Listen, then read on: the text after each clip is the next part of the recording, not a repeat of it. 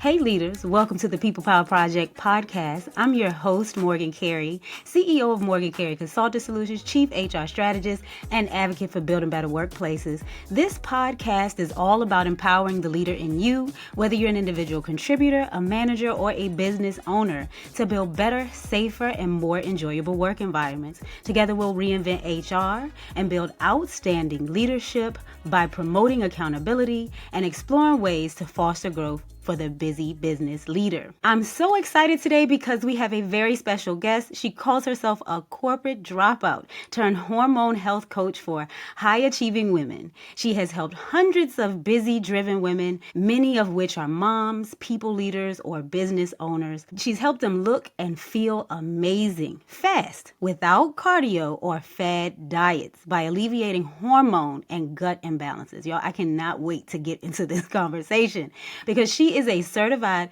integrative health practitioner, L2, with clients everywhere from Sydney to Amsterdam to New York. And she works with clients remotely through functional medicine, lab testing, and targeted protocols.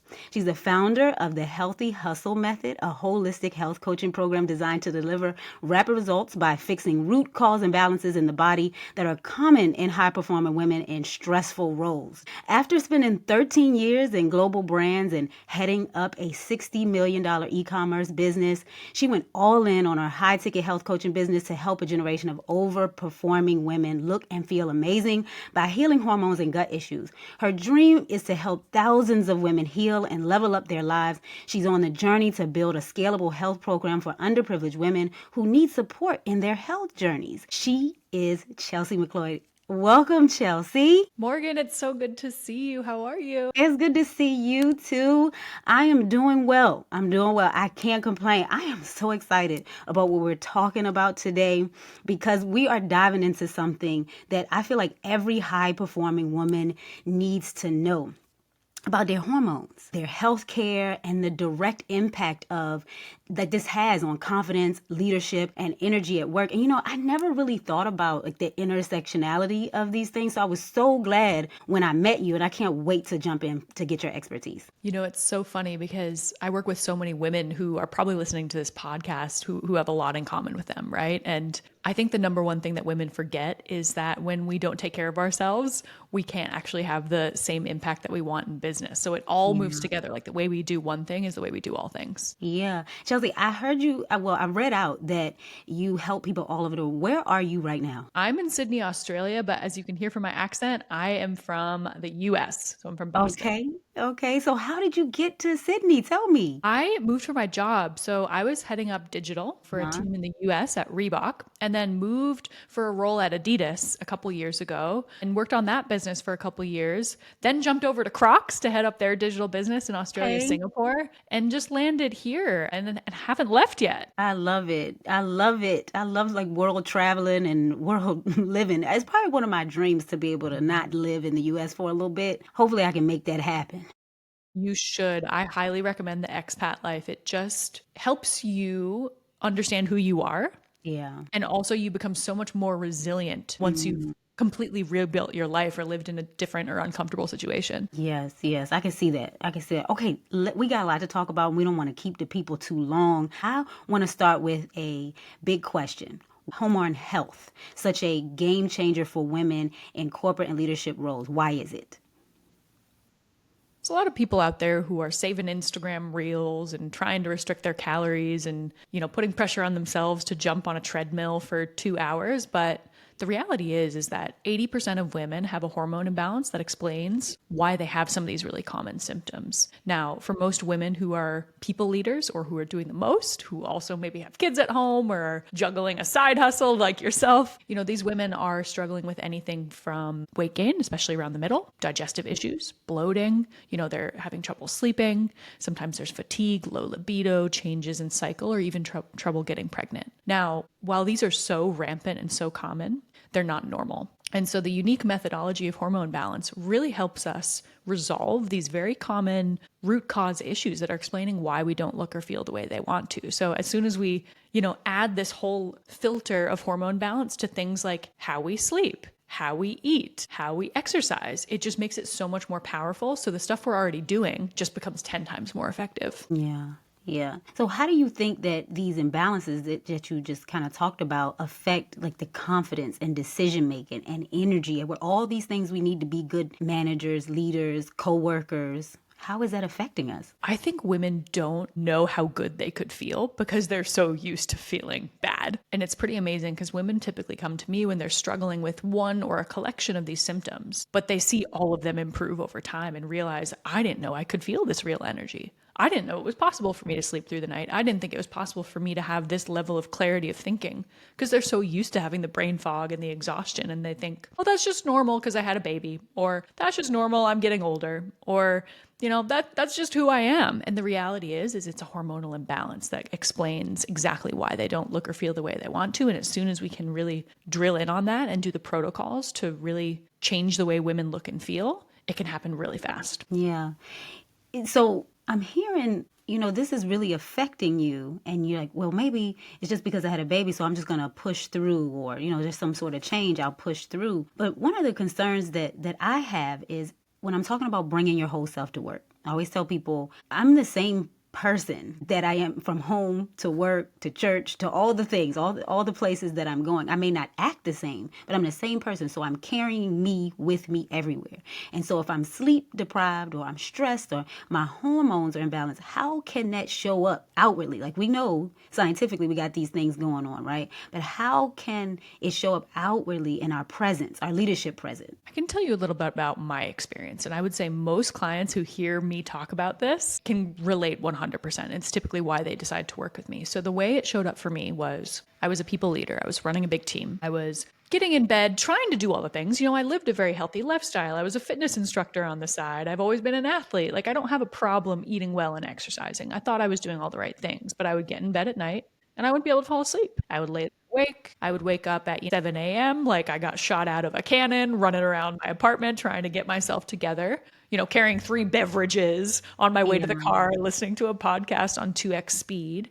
And I would arrive to the office just anxious and on edge, but not self-aware enough to know that. So I was very reactive. My brain, I was holding things together. It's not that my work completely suffered, but it just didn't get good until I healed my hormones. It didn't get the best it could be. I wasn't optimized. I was kind of surviving, but I was not thriving. And I was very much operating in this survival mode mechanism where, I was just in back-to-back meetings. I was very reactive. Sometimes I was short with my team. I struggled in dating because men found my energy to be a bit chaotic and anxious. And I was always talking about work and I was working too much. And, dating was hard for me. Yeah. Even though I'm a quite personable person and I don't have an issue meeting people, I just wasn't really meeting a partner. I wasn't sleeping. I had crazy sugar cravings and just a big crash in the afternoon. So meetings in the afternoon were really tough for me.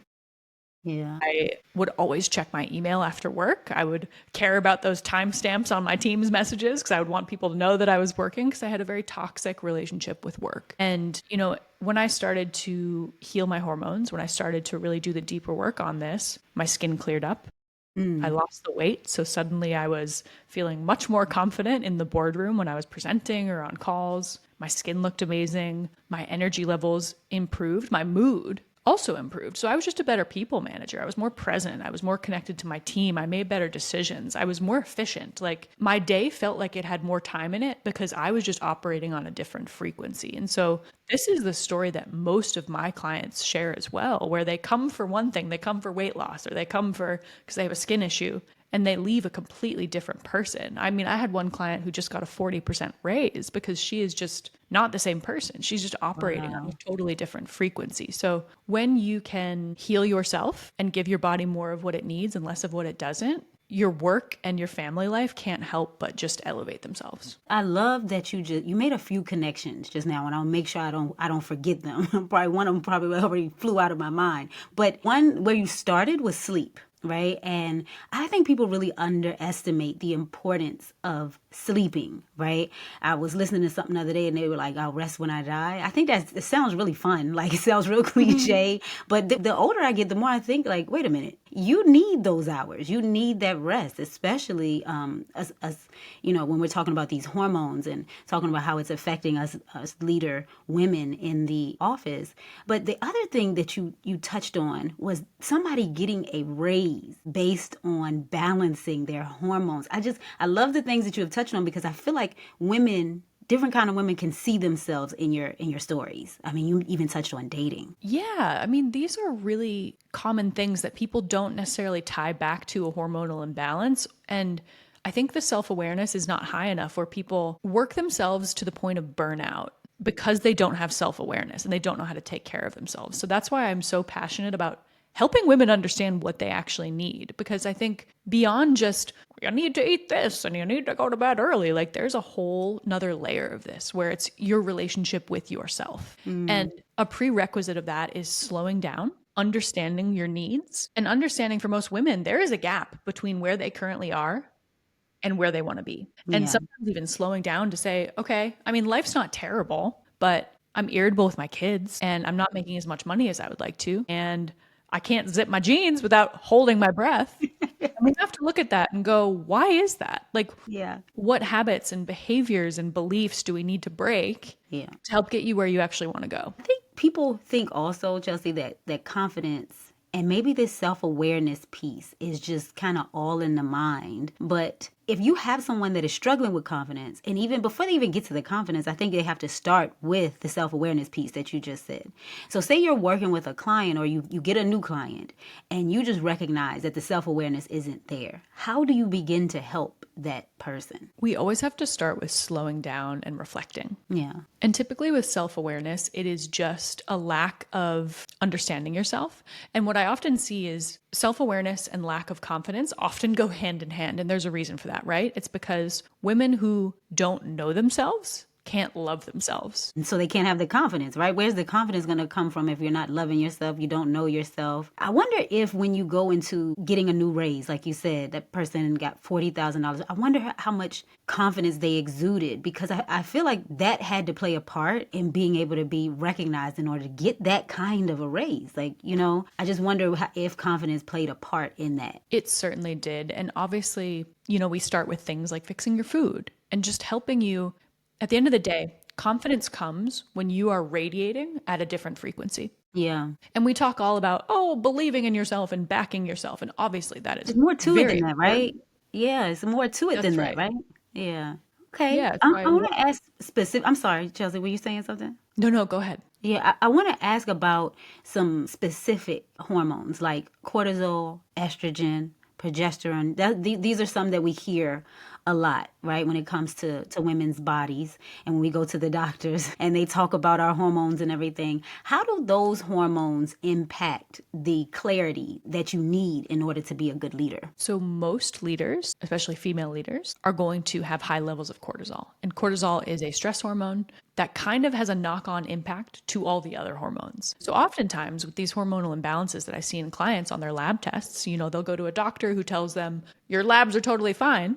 But they're looking at different things, right? Doctors are looking for diseases. We're looking for imbalances that explain why you don't look or feel good. And so for most clients, they have elevated cortisol levels because their body is just signaling that they're in survival mode. And that could be from anything from waking up to a blaring alarm to eating the wrong foods. I see high cortisol all the time because of food sensitivities, or having caffeine on an empty stomach, or, in new moms who are not sleeping. Like there's so many different triggers. So part of the process that I go through with clients is helping them understand where the high cortisol is coming from. Then we have to go into, what do we do about it? What are like practical ways to reduce cortisol? Because it's just so big, and you'll be on Instagram and TikTok and see all these different like fad supplements and drinks and, weird things that you're supposed to do for cortisol. But it's like, how do we find the right thing for each client that's going to help them actually reduce their cortisol levels and cut the triggers off as much as possible at the root? Yeah. Now, when cortisol is elevated, it's going to have an impact on your estrogen and progesterone,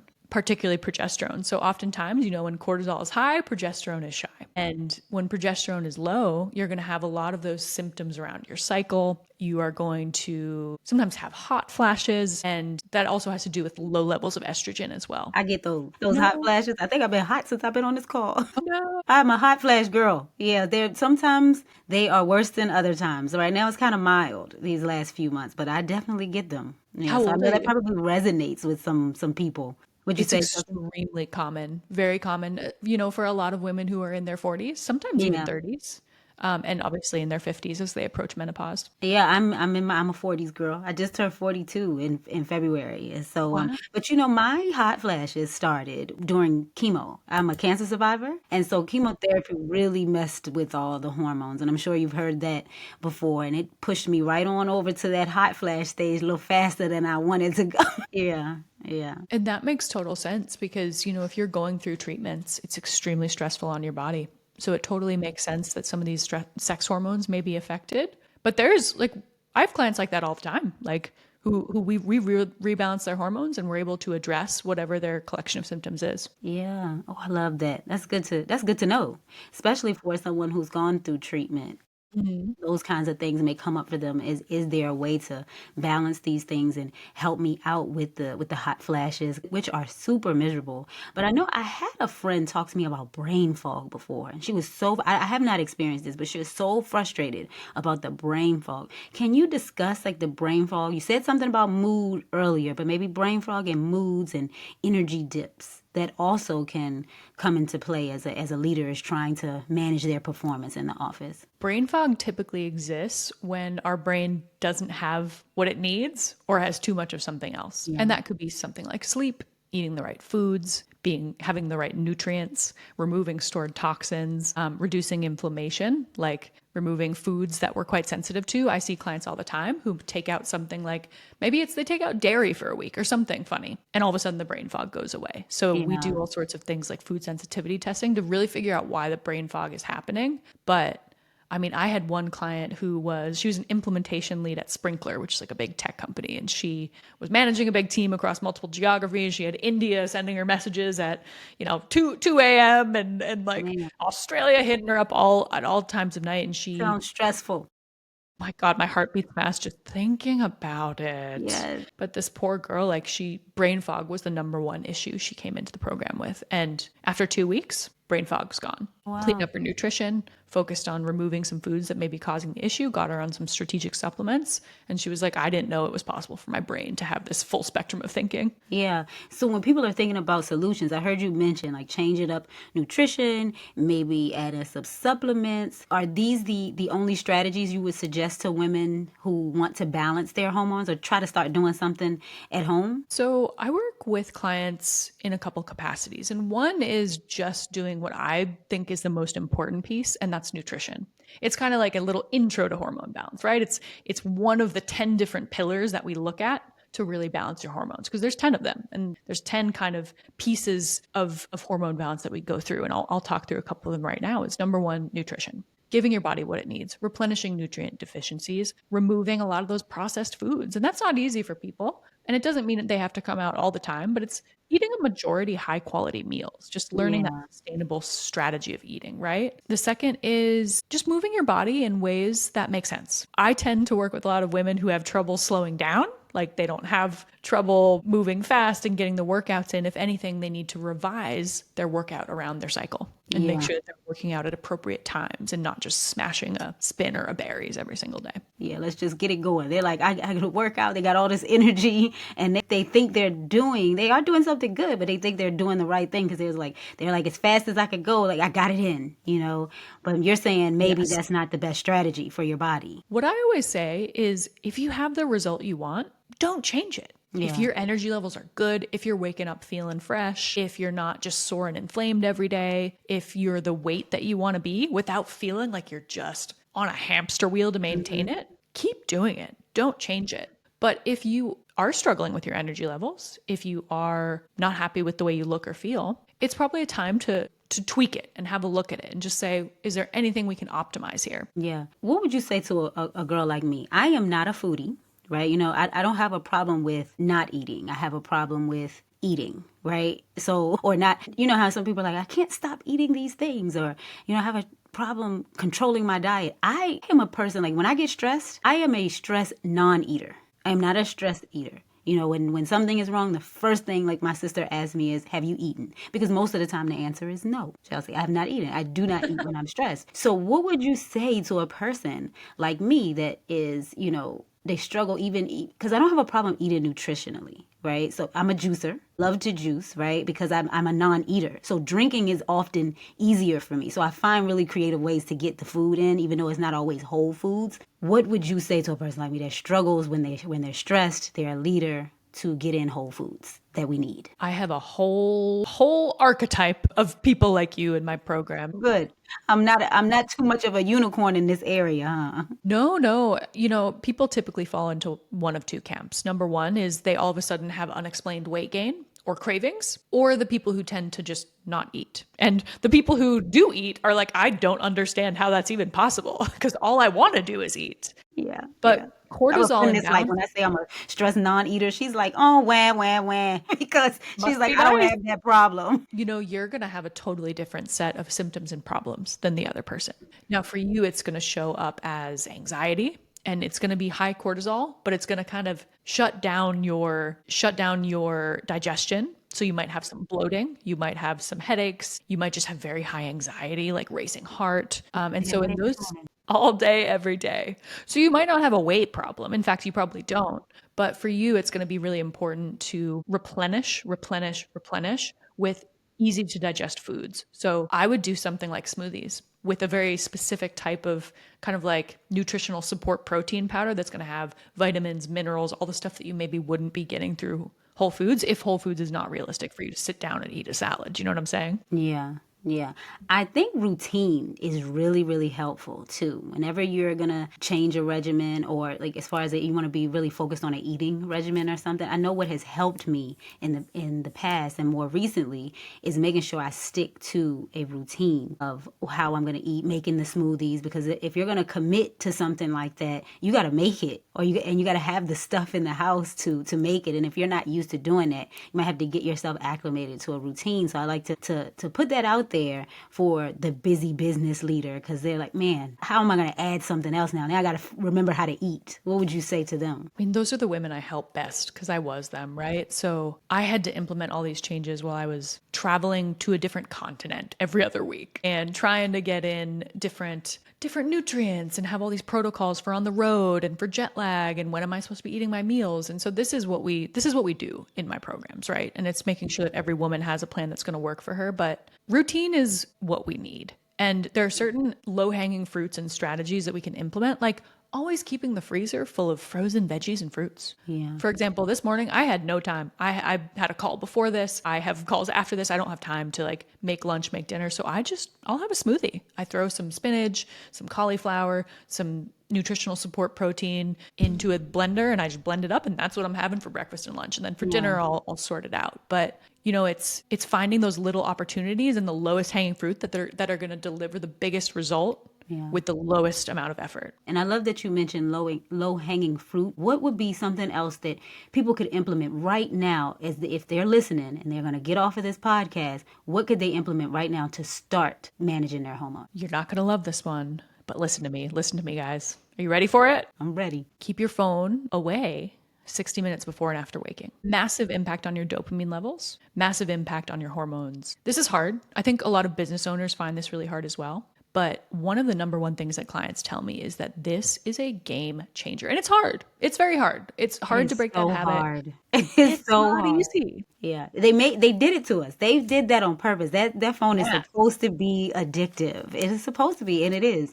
And so now we got to figure out ways to get some breaks from it. We do. And what I always tell clients is, as business owners, business leaders, entrepreneurs, we can't act like muggles. If anyone's a Harry Potter fan, the muggles are just like everyone else. Yeah. If you want to act like a true elite business owner who's actually doing things and actually fully optimized, we can't behave like the herd. We have to have rituals that set us apart. And this is one of them. Does everyone keep their phone away from bed? No, not everyone cares. They're going to be scrolling the TikTok, self-soothing. I'm going to do it anyway. So you don't want to fix your hormones then if you don't want to listen. Yeah, it's true. And not everyone wants to, right? Because not everyone cares. Not everyone wants the result. But if you're serious about looking and feeling a certain way, there are just certain habits that you adopt. And that's an easy one. Yeah. That's another low-hanging fruit, right? You can start doing that right now. And just, I would think it's going to be really, really hard for people to say, okay, I'm going to do it instantly. But when people are trying to do a new habit, I always tell them, start in increments, start where you are. If the goal is to do it 60 minutes, let's start out with 15. And then we'll go a little further. Let's go to 20. But let's try to get you to that goal as quickly as possible. And I know this stuff is easier said than done, but I'm going to try, because I'm one of those people that doesn't do it. I don't take a break. At the morning time, I'm really good because I have a whole routine in the morning that doesn't include my phone. So reading, meditating, journaling. So I don't have a problem in the morning not dealing with my phone. It's at night. It almost feels like a treat after such a long day and just hectic. I get in the bed and I'm like, oh, let me scroll. Let me kind of just zone out from all the stuff that I had to do. But I think I'm gonna try. I'm gonna try. Try the 15 minutes, just leaving the phone outside of the bedroom. Like just charge the chargers outside in the living room. And then, 15 minutes before bed, it's on the charge and you just head to bed, read a book. Chelsea, I want to talk about something that's really important to the People Power Project podcast, because we have had a few episodes and a lot of our episodes talk about leaders' responsibility in regard to accountability, empathy, showing up as a leader and connecting with your people. And how does the things that you work on with the hormones and how people show up at work, the clarity and leadership, being a better person in your workspace, how does making the decision to do something about this relate to emotional intelligence, in your opinion? I'm so glad you asked this, because not many people do. And I think they think hormone balance is all about just what you're eating and what you're in your habits. And hormones typically become out of balance because of an emotional issue that is then manifested through habits that bring them off balance in the first place. And so one of the 10 principles that I was talking before is literally emotional intelligence. Yeah. And I think it's interesting because most people leaders, because they're people leaders, they have social skills. That's not an issue. And they kind of think that social intelligence and emotional intelligence are the same thing. And when they think emotional in non-intelligence, they think of someone who's maybe like not fully tuned in or not, I don't know. It's just they don't really they're not as emotionally intelligent as they think they are, because when we really look at what that means, it's the ability to identify, expand, and metabolize emotions. And for most people leaders, instead of metabolizing the emotion, they're stuffing it. Yeah. For the purposes of keeping moving, meeting status quo, or because it's too uncomfortable to feel. And so for most of my clients, it's just about learning those tools of feeling and expanding emotions and creating safety in your body so that you can feel them. Yeah. And we kind of touched on it earlier, because one of the really big elements of emotional intelligence is self-awareness. So I think in order to do something about this, or to even think that it's important, you have to be working on your self-awareness. And these are things that people can work on. That's why I love to talk about it, because EQ is not really like IQ. IQ is kind of one of those things that's just is that is what it is. But EQ, you can develop that. You can become more self-aware. You can become more empathetic. You can work on yourself from the inside out, which is what we're talking about today. Working on yourself from the inside out to be a better contributor, leader, manager, business owner, CEO, whatever it is. You can be better. Yeah. It's something that most people don't prioritize, but is so incredibly powerful. And it's also part of the process of getting to know yourself, right? Knowing what those core distressing emotions are for you, what they remind you of, how old they feel. Mm-hmm. Because sometimes when we lift up that hood and do a little bit of that deeper work, that's where the results can really compound. And that's where people change the frequency on which they're vibrating. Yeah, yeah. Well, Chelsea, this has been a really amazing conversation. Like I said, I love these conversations because I can go on forever about the stuff that we're talking about. These topics are so helpful, and I really truly believe this one is going to resonate with many, many women. But before we wrap up, what's one piece of advice that you'd like to leave the listeners with today? Don't be afraid to slow down. I know sometimes that doesn't feel possible and it doesn't feel comfortable, but sometimes when we slow down, allow ourselves to feel and allow ourselves to really understand if there's a gap between where we are and where we want to go, we can course correct so fast and create the life that we actually want to live. I think so many women spend time in careers or roles or businesses that maybe aren't aligned, but they're too afraid to slow down and course correct. And what I would challenge women to do is to just slow down to understand yourself better, create comfort in rest, permission to rest. Rest. Love that rest. We need so that you can live the life you want to live. Yeah, because if you honestly feel like if you're not doing that, if you're not resting and things like that, all of the stuff that you're running around doing is for naught anyway. If you're not taking the time to rest, taking the time to take care of yourself, slowing down. I love that you say that, slowing down. I could use that piece of advice because when I'm moving fast, I mess up. And when I notice myself like rushing around, I don't care if I'm late. I will say to myself, slow down. Slow down. Because if you mess up something, you're going to be mad anyway. So Totally. slow it down. And so it's the same principle for life, everyday life, not just rushing to the next thing, but just don't be afraid to slow down. I love that, Chelsea. Thanks for offering that.